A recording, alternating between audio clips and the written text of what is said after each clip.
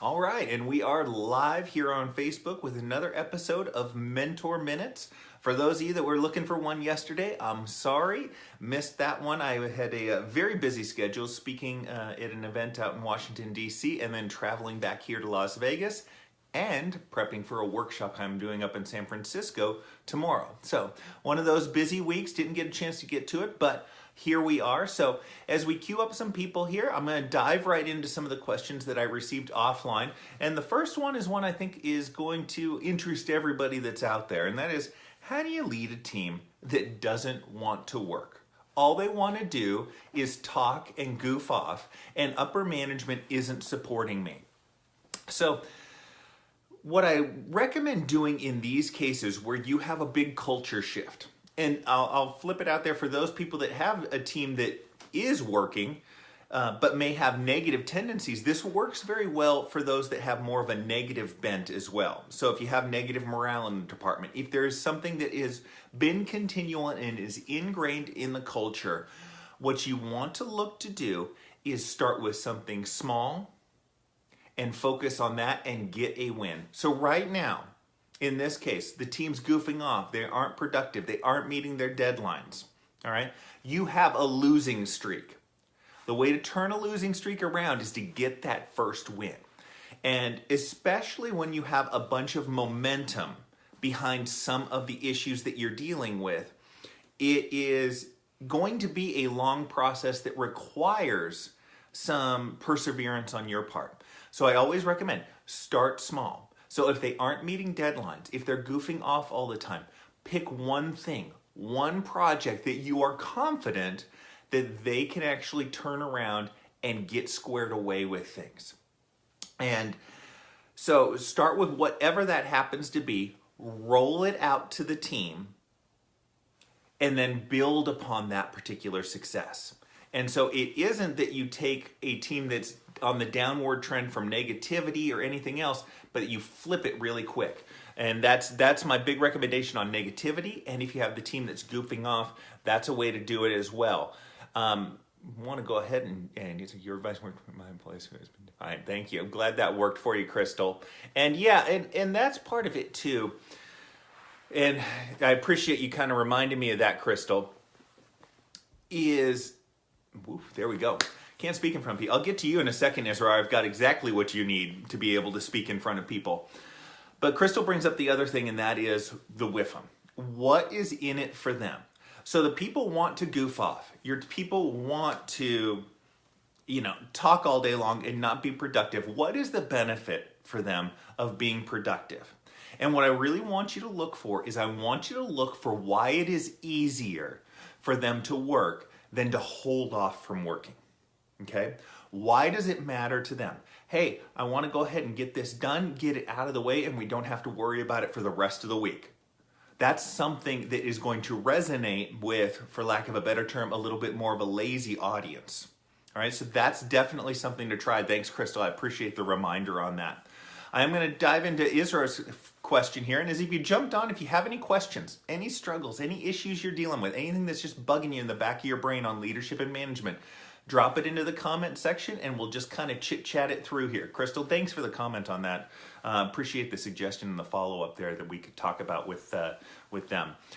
Israel, if you can't speak in front of people, what I always tell people is start with one person that you trust, okay? A friend of yours, a relative even perhaps, but preferably some sort of peer in the business or in the organization that you work for. And what I want you to do is I simply want you to have them sit across from you, and I want you to talk for 5 minutes. I want you to present something to them. It could be an idea. Read an article and summarize it for somebody. But start with something simple, 5 minutes with one person. Then maybe you stand up and give them the presentation. Maybe you go to an empty meeting room or something like that. Then you bring in 3 people, maybe that same person that you trust, that you know, that you're comfortable with, and maybe 2 other people who you don't have as tight of a relationship with. And again, you talk about something else for 5 minutes. Then you start looking to have, say, a stand-up meeting with a part of your team. So you build it up to 5 people. And then you go to a meeting room and you do it in front of 10 people. What you're doing is you're taking situations where you're comfortable, where you know whatever it is that you're talking about. You're comfortable with the people that you're speaking to, and you continue to broaden that out. It's just like building a muscle at the gym. You don't start off lifting 200 pounds or 100 kilos wherever you're at, bench press. You usually start with 50 or 100 pounds in that particular case, and you build from there. Use the same thing in regards to public speaking. The other thing that helps with public speaking is if you prepare well. So prepare well. Go through what you're going to be talking about. Make sure you know what the key points are. And the last thing that I have in regards to public speaking is the audience doesn't know when you screwed up. One of the most important things that I've recognized and that I've seen trip other people up is when you forget to say something that you wrote down. The audience has no idea. So just go with the flow. If you remember it later on, then pick it up. Go ahead, go back. They don't know that transition wasn't planned. So start small and build. Prepare. Get familiar with what you're talking about. And then just let it be when you go out there. They don't know when you missed something that you wanted to say about something. I hope that helps, Isra. When is the best time to let my team know? So Crystal, if you're planning on moving, if you're planning on leaving the organization, when plans firm up a little bit, so you don't want to give them any sort of false positives. Hey, I'm thinking of leaving the organization, then you end up staying for 2 years. The best idea is to let them know as soon as possible. Really, just as soon as possible. When all else fails out there, everybody, just be transparent with the team. Being honest, being upfront really is the best policy in so many of these things. You don't want to get too cute with things or anything like that. If you're moving, if you know the date that you're moving, Crystal, let them know. Hey, just so you know, in September, I'll be leaving the organization, or I'll be moving to a different district or something along those lines, and just be honest with them. Now, with that being said, you don't just announce it and call it good. All right, you do want to do just a little bit of homework. This is what we're thinking as far as the plan. We'll work through the transition. I'm working with my district manager, the boss, whatever, to try to roll these things out and make sure that the transition is nice and smooth. We'll be looking to do interviews for people in August, if you're leaving in September, for instance. But whatever details you have, let them know about it. And then ask them what their concerns are. So open that dialogue. It's not just telling them. You want that communication to be two ways. So what concerns do you have? Are there any questions that I can answer for you? That sort of thing. And then follow up with them at regular points in time as you move down. That's something that can be make the transition so much easier, because the more time that people have to noodle and think about all of those issues that they might have with you leaving, the questions that they might have, the more time that you have to address those, and the smoother that transition is going to be. So let them know right away, Crystal. Hope you're staying up in the Seattle area, or at least you're not moving until after the summer. It's so nice up there. Diana has the next one. I have a question. If you may, how to interact with team members who are challenging your authority as a sales manager despite being so flexible. And that's the downside of being flexible. I question, how do you interact with team members? I'm going to follow it up here. Oh, Idaho, very nice. Despite being understanding and flexible. So it's interesting. I was giving a talk yesterday. I had two different speeches I was giving at this conference, but one was in regards to time management. We were talking through questions and the power of the question of what do you think, as far as being able to get more information and make the time listening more valuable. And the question was, if I'm asking my team all the time, what do you think? Do I end up diminishing my authority with that? And I see your understanding and your flexibility as a similar reaction to it. And the thing is there will be times, Diana, where you can't be understanding and where you can't be flexible. And in those particular instances, you have the ability to explain. What I told this person is you're going to ask them what they think, and what they're going to think is wrong. And you're going to have the ability to explain yourself further. And that's that's something that allows them to have a little bit more of an understanding of where you're coming from.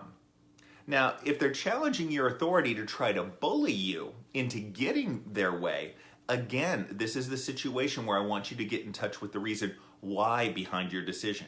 The answer for you to them is not just no. It is no because we need to meet our monthly sales numbers. We need to have the sales coverage in this particular case. Why is the reasoning behind it? And that's the real key with so much as far as challenging authority, is getting in touch with the reasons behind your decisions. When people understand more of why you are making the decision, why you are asking them to do a particular thing, they start understanding where your thinking is and your logic is in your brain, and that builds trust. And when they have trust in that authority, it's easier for them to, not challenge that particular authority. Now, I also won't discount that this person is going to challenge the authority, period. There are going to be those individuals that are going to challenge it regardless of the relationship you have, how right you are, all of those other things, and how weak their position may be on a particular thing.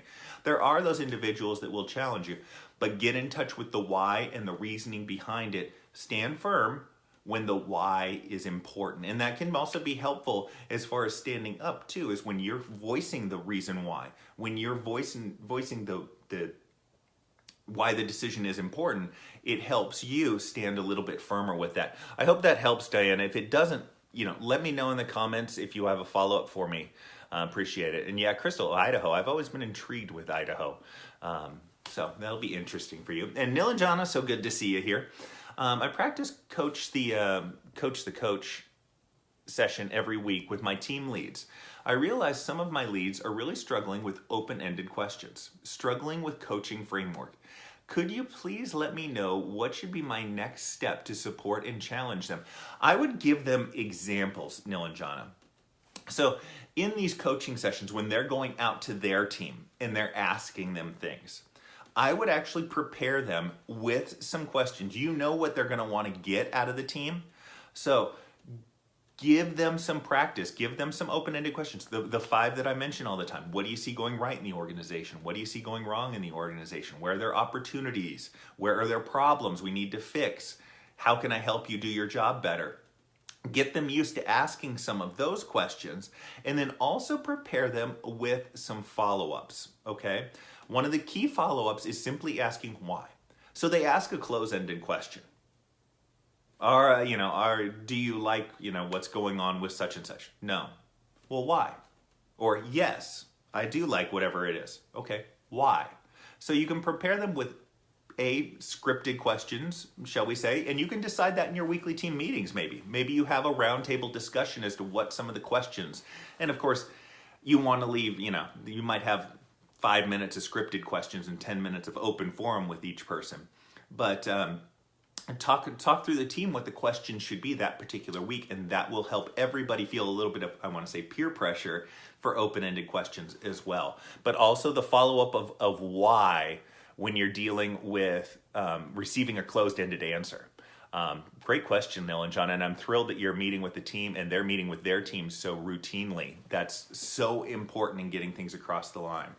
Edna, good to see you here as well.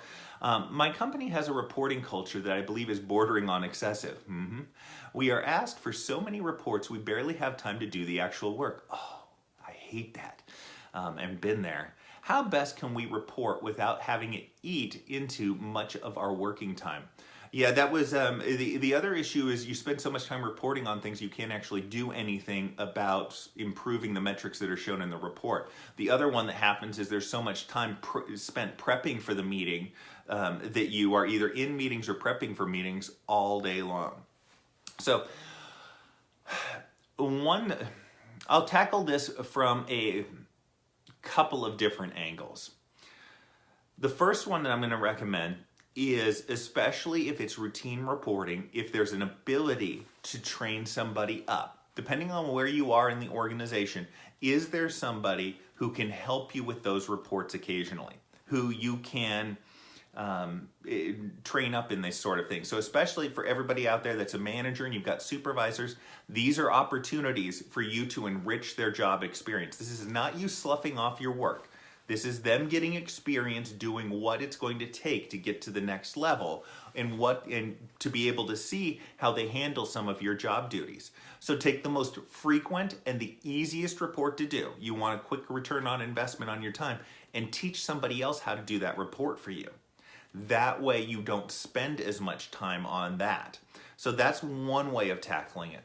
The other way is my structure in regards to meetings. So I'll flip this into a meeting kind of discussion. See if you can cut down on the frequency. So it may be that you're reporting on something once a week, but truthfully, nobody's taking advantage or taking action on anything in that report once a week. They're taking action once every 2 weeks. So see if you can switch the reporting from once a week to once every 2 weeks, or maybe even once a month. I've seen this happen with daily reports, where instead of pulling the report together daily, you pull it together weekly instead, cutting out that time. So you cut down, and for meetings out there, you cut down on the frequency of those recurring meetings. The second thing is what is actually housed in the report. Now, I've played the analyst game, and I know how so many of these reports work. You see something on the report that's good, and then somebody adds something to it, and then somebody adds something to it, and then somebody adds something to it, and all of a sudden a report that you put together in 10 minutes, 3 months down the road, takes you 45 minutes because so much other stuff has been added to it. What is essential in the report? How can you cut out some of that fat that nobody needs to look at anymore? It may be that it was added for a very legitimate purpose. However, that purpose has gone by the wayside. I use this in regards to meetings.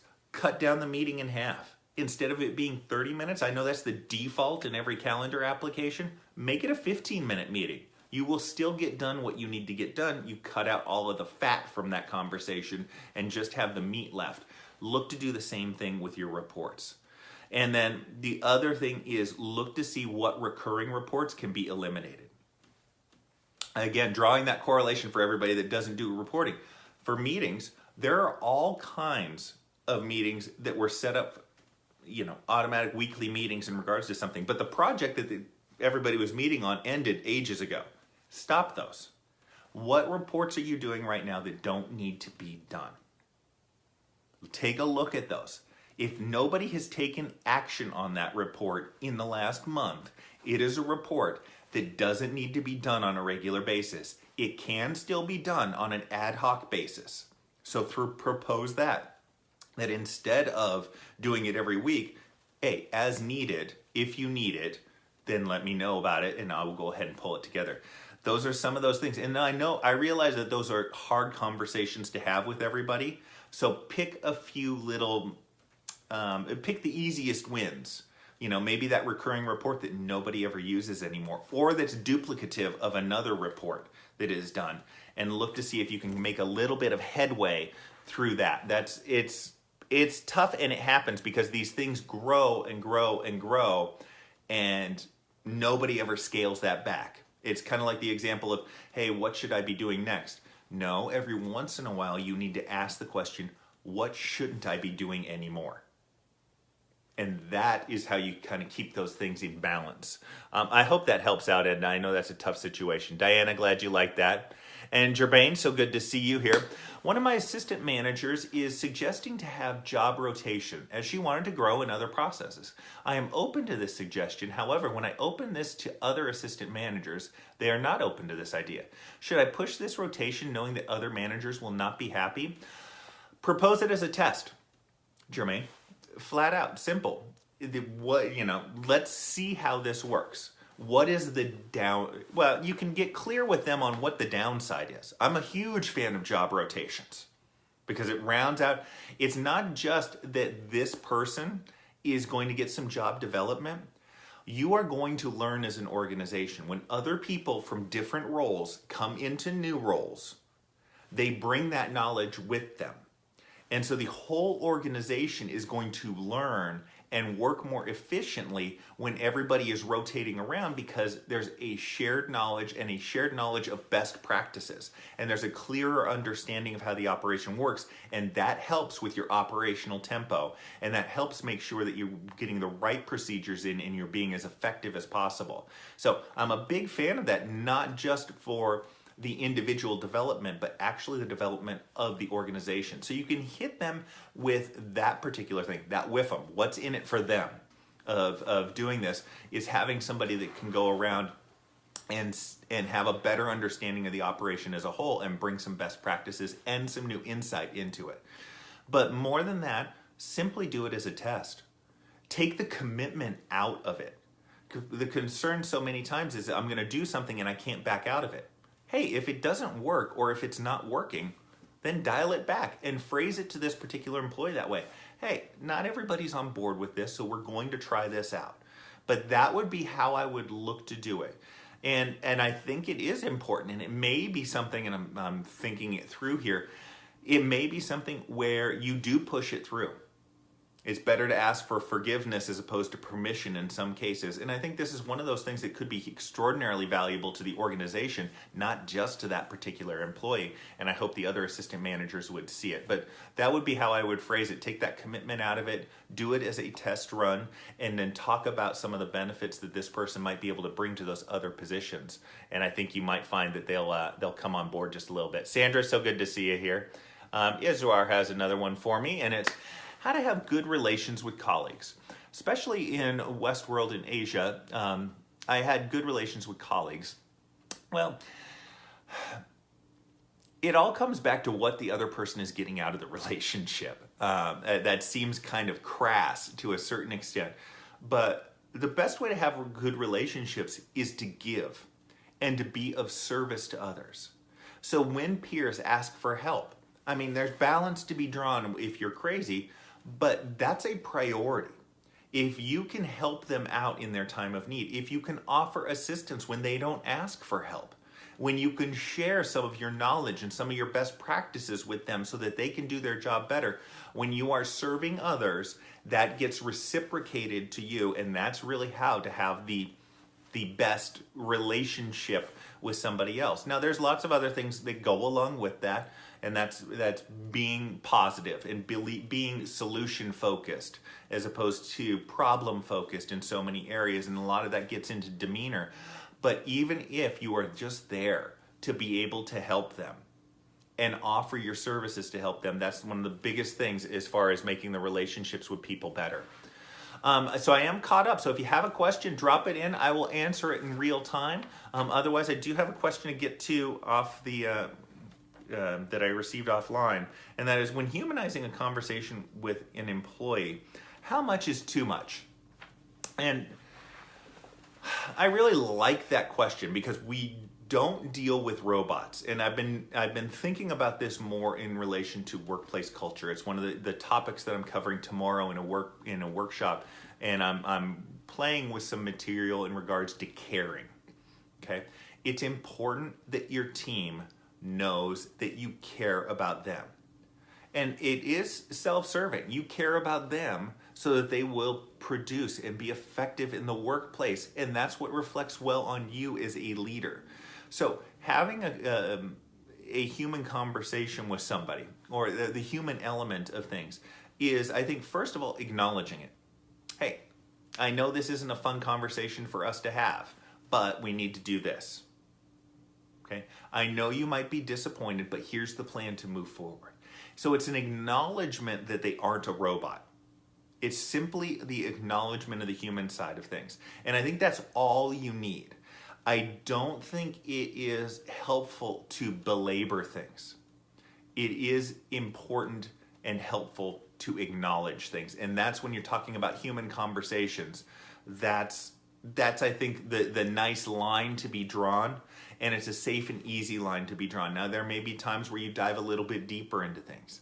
And there may be times terminating an employee where you don't acknowledge the human element because it's already been decided and it just clouds the issue. But in most cases, An acknowledgement, not a belaboring, is that line that you want to draw in humanizing the conversation. Because it is important that they recognize, that they know that you care. And so that's a big help. Diana has another follow-up for us. It is, what would you advise to survive a negative bullying culture, especially after being promoted? I have a first reaction, okay, Diana, and then I'll dive into some more, more constructive elements of things. So I always say that there's two reasons to leave a job. And you need to satisfy both of these elements before you look to move on. And that is that you aren't learning, you're not developing your skill sets, and you don't have the ability to move up in the organization, which you'll kind of get to the first area. But the other X factor in this is being satisfied and being in a healthy work environment. If you're in an unhealthy work environment, then it may be one of those things where you need to look to move on. And the way you determine whether it's unhealthy is whether it is affecting you in your personal life. If you're taking some of that negativity home with you, if you're thinking about it on the weekends, then that's something that's not really acceptable in those cases. So my first reaction when I read your question is you may need to look elsewhere for employment. Not a fun advice to give, and it's not the advice that I like to give very often. But when we talk about bullying, there's that old classic schoolyard example of standing up to them. And so you don't stand up necessarily to the bully, but you call out the behavior. That's as good as standing up. Hey, just so you know, I don't appreciate it when you come to me like that. I would prefer that you do this, because that's more constructive. When you come at me with emotionality, that doesn't help us solve the problem. And so you can pick your specific instance on when this takes place, but simply the act of calling out bullying behavior reduces it by 50+%. Because the other person will be more apt to pick on somebody else who they can get over on, who isn't going to stand up and isn't going to call them out. But that's really the first step in addressing it. So pick your moment, okay? It doesn't mean that you do it with every instance of negative bullying that they do, but pick the moment that makes the most sense, where they step the most out of line, and start there. And when they realize that they are doing that, they'll be less apt to do it. But also the other aspect of this, Diana, is that if it's a culture of negative bullying, in a lot of cases, people don't recognize that they are engaging in that behavior because everybody else is. They are following along in these instances. And so bringing it up to them, calling it out, can cause them to reflect on their behavior and change it. So call it out so they stop if they are a bully. Call it out so that they can fix their behavior if it's something that is more cultural and not necessarily individual related. And that's the thing that can really help. Now, if it's pervasive and it continues and it affects your personal life, then that's a situation where you may need to look elsewhere. Again, not advice that I like to give to people, but it is something that's always out there. On a personal journey as a leader, when were you ready to go from, say, store to district leader? What do you recommend to know that you're ready? Great question. When do you know that you're ready for the next step? First thing is you will never feel comfortable moving to the next step. That's just not realistic. It is a change. It is an area of uncertainty. And so I deal with it all the time with my personal coaching clients, where I have an amazing person who is a superstar in their organization, yet doesn't think that they're ready for the next position up. We always have that personal doubt and that fear of the unknown. So the best thing to do is, I would ask your district leader, if possible, what do you spend your time doing? What are the three most important things that you do every week? Just to get a feel for what it is that they do. And then the question is can I do that? Do I have that skill set? And then you can look to move on from there, but get clear on what it is that they're working on. If you've been successful, the other thing is to look at district managers that are successful. Why are they successful?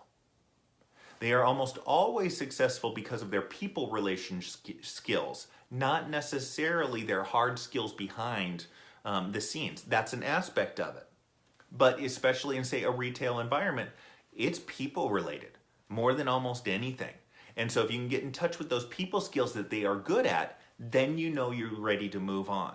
So I'd ask the question, what do they spend their time doing and what's the most important things that they do?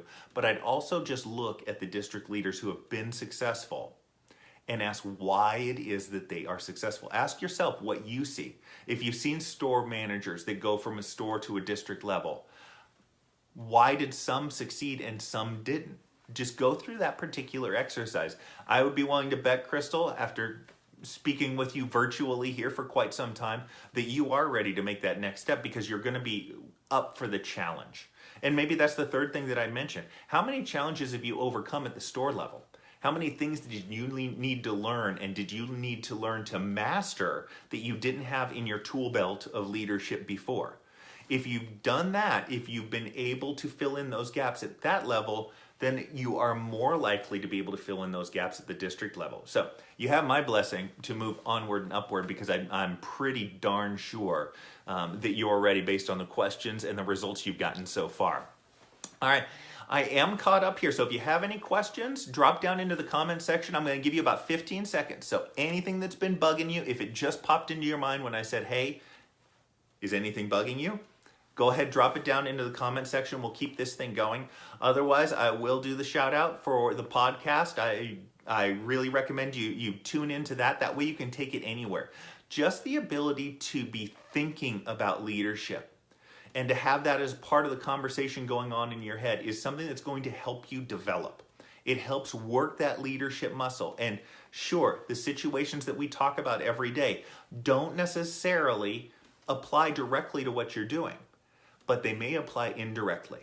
And you may find yourself in a similar situation at some point, and then you have that just ready to go. Crystal, I always appreciate your comments, your feedback, and your questions. And for everybody else out there, I will try to tune in tomorrow. I'll definitely be doing one. I may do one from the San Francisco airport tomorrow night, maybe when I do it. But anyways, I will talk to you all later. Bye-bye.